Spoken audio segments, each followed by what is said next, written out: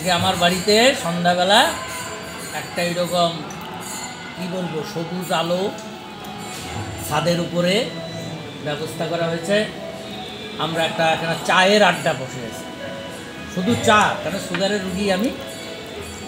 ওই চা বিস্কিট, সঙ্গে আছেন অসীম দত্ত, প্রাক্তন ইলেকট্রিসিটি ডিপার্টমেন্টের এক সার্ভিসম্যান, আমার সহধর্মিনী, সঙ্গে আছেন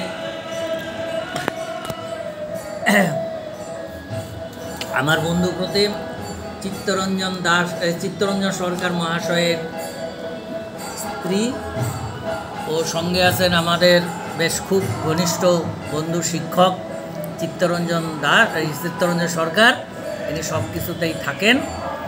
আমরা হঠাৎই এই ছাদে বসে এখানে আমরা খুব চা খাচ্ছি। হ্যাঁ, তার পাশে যে লোকনাথ, আজকে লোকনাথের আর সবচেয়ে ব্যাপারটা হলো আজকে আমার এই বাড়ির 20 বছর, মানে আজকে নতুন পদার্পণ করলাম, 20 বছর পূর্ণ হয়ে গেছে। ঠিক এই লোকনাথ পূজার দিকেই আমি বাড়িতে ঢুকেছিলাম। তা আমার এটা ছোটো থেকেই স্বপ্ন ছিল, যেরকম যেটা আমাদের হারিয়ে যাচ্ছে, আমরা সবাই এত ব্যতিব্যস্ত সাংসারিক জীবনে, যাতে একসাথে আমরা একটু আড্ডা মারতে পারি ক্ষণিকের জন্য, সেটার মূল্যই বা কম কোথায়, যেটা তো আজকাল পাওয়াই যায় না। আমরা এখানে বসে একটু আমরা নানা রকম আলোচনা, হাসি ঠাট্টা এরকম করব। তারপরে ইচ্ছা আছে ভবিষ্যতে মাসে অন্তত একদিন আমরা বসবো। আপনারা যারা যারা ইচ্ছুক আসবেন, এখানে আসবেন। এখানে একটা সুস্থ সংস্কৃতি, এখানে কোনো মানে অপসংস্কৃতির কোনো স্থান থাকবে না। ভালো সংস্কৃতি, ভালো আলোচনা, ভালো একটা আমাদের মধ্যে সহযোগিতা।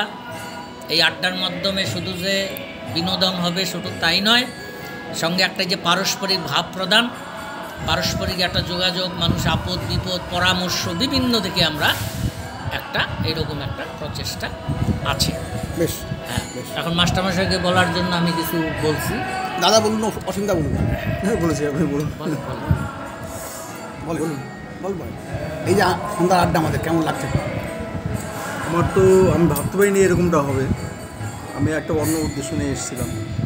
এর আগে ওনার বাড়িতে, মানে উনি আমার দাদাই, তো অনুষ্ঠানে একটা করেছিল, আমাকে আসতে বলেছিল।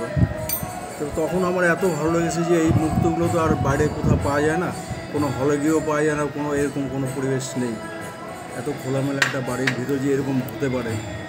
তো বিভিন্ন রকম সঙ্গীতানুষ্ঠান সেদিন হয়েছে, বিভিন্ন শিল্পীরা, গুণীজনরা এসেছিলেন, আমাদের গান রবীন্দ্র সন্ধ্যা।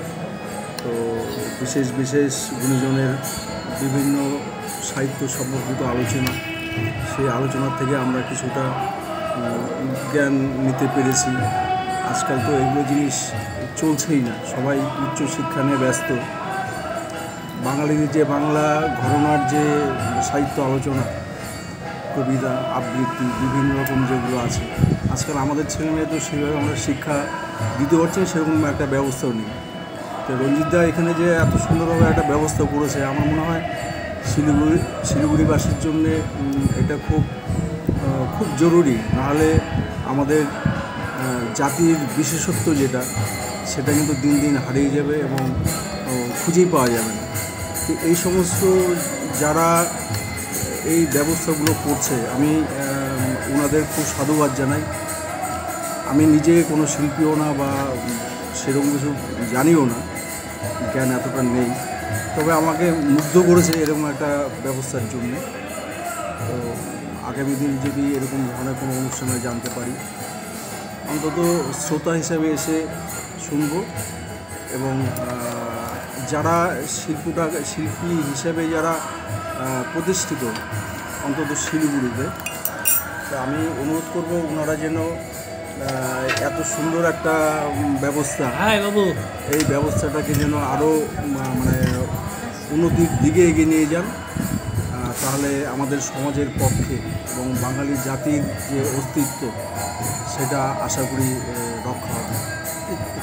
আমি এইটুকু বললাম, আগামী দিন কোনো সুযোগ থাকলে অবশ্যই বলব।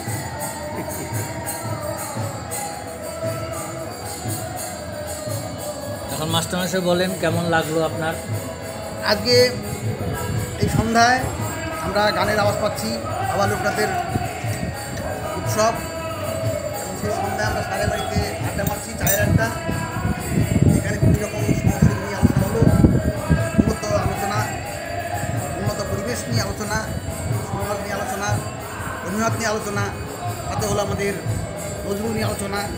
এই আলোচনার পরিসর ক্রমশ ধীরে ধীরে বৃদ্ধি পাক এবং সেই তার প্রভাব সমাজে পড়ুক, এটা আশা রাখছি।